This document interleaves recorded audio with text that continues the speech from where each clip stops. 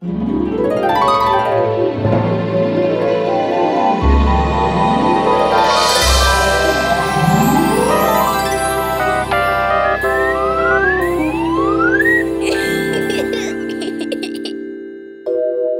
mектеп.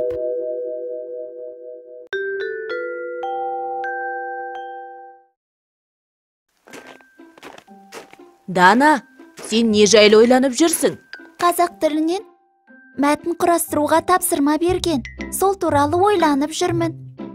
Оны құрастырмас бұрын сен мәтінге қатысты өткен ережелерді есіңе түсіріп ал. Жарайды, білетінімнің бәрін айтып шығайын. Мысалы, қ деген дыбыс, онымен ешқандай ойды жеткізе алмаймыз. Қыс десек, бұл сөз. Дыбысқа қарағанда мағынасы бар.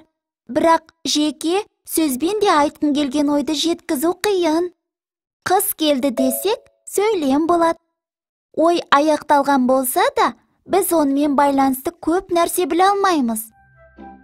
Ал қыс келді, қар көп жауды, аязды күндер басталды, адамдар қалың киінді, жан-жануарлар жылы орындарды паналады деген бірімен бірі байланысты бірнеше сөйлеммен ойымызды ауызша немесе жазбаша толық жеткізсек, ол мәтін болады.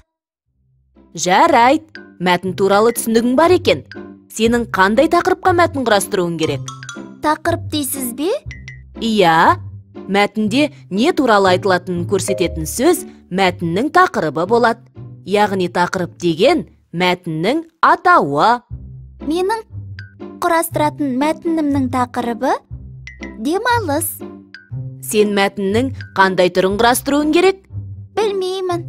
Біз мәтіннің түрлерін өткен жоқпыз. Сіз маған мәтіннің түрлерін айтып беріңізші, біліп алайын.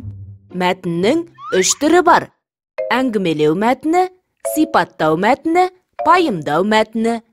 Бір тақырыпқа мәтіннің 3 түрінде құрастыруға болады. Мен ойымдағы мәтінді айтып көрейін. Сіз қай түріне жататынын айтыңыз. Жарайды. Демалыста біреулер үйде теледидар қарайды.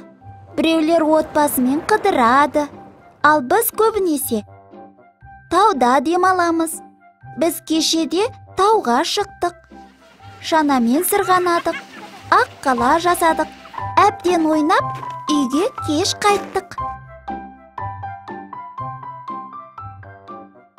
Мұндай оқиғаны ретімен баяндайтын мәтінді әңгімелеу мәтіні дейді. Ал енді мен осы тақырыпқа сипаттау мәтінін құрастырып айтайын. Сен мұқият тыңда. Біз кеше тауға шығып демалдық. Күн шайдай ашық болды. Бірақ аздаған аяз да бар еді. Қаладағыдай емес, тауда қар қалың, ауа таза. Шанамен құйындай жүйткідік. Жасаған ақ қаламыз сондай әдемі шықты.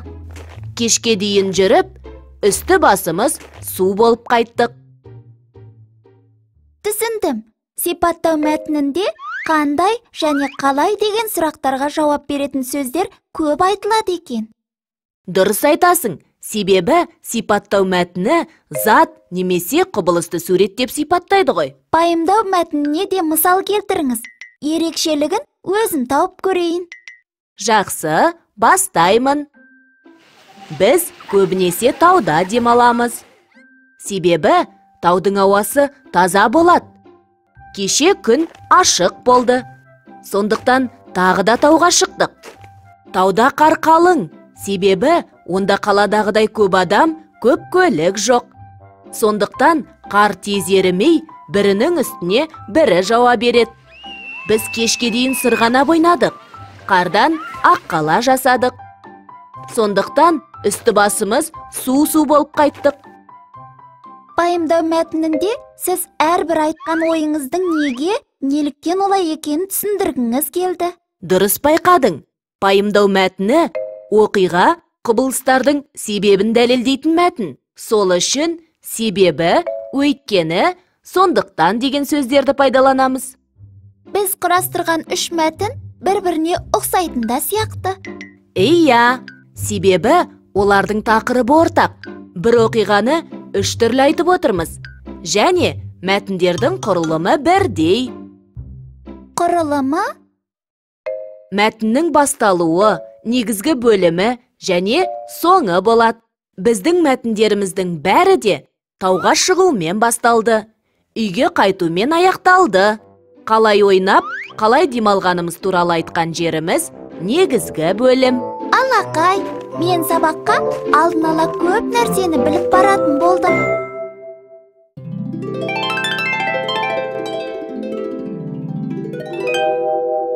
Қайталайық. Мәтін, оның түрлері, құрылымы. Біз жеке дыбыспен, жеке сөзбен, немесе бір ғана сөйлеммен ойымызды толық жеткізе алмаймыз. Ойымызды толық жеткізу үшін бір-бірімен мағына жағынан байланысатын бірнеше сөйлемнен тұратын мәтінді пайдаланамыз. Мысалы, қыс келді, қар көп жауды, аязды күндер басталды, адамдар қалың киінді, жан-жануарлар жылы орындарды паналады деген бір-бірімен байланысты бірнеше сөйлеммен ойымызды ауызша немесе жазбаша толық жеткізсек, ол мәтін болады. Мәтінде не туралы айтылатынын көрсететін сөз мәтіннің тақырыбы болады. Яғни, тақырып деген мәтіннің атауы. Мәтіннің 3 түрі бар. Әңгімелеу мәтіні, сипаттау мәтіні, пайымдау мәтіні. Оқиғаны ретімен баяндайтын мәтінді әңгімелеу мәтіні дейміз. Сипаттау мәтінінде қандай және қалай деген сұрақтарға жауап беретін сөздер көп айтылады. Себебі сипаттау мәтіні зат немесе құбылысты суреттеп сипаттайды. Пайымдау мәтінінде автор әрбір айтқан ойының неге, неліктен олай екенін түсіндіреді. Пайымдау мәтіні оқиға, құбылыстардың себебін дәлелдейтін мәтін. Сол үшін себебі, өйткені, сондықтан деген сөздерді пайдаланамыз. Мәтіннің басталуы, негізгі бөлімі және соңы болады. Мұны мәтіннің құрылымы деп атайды.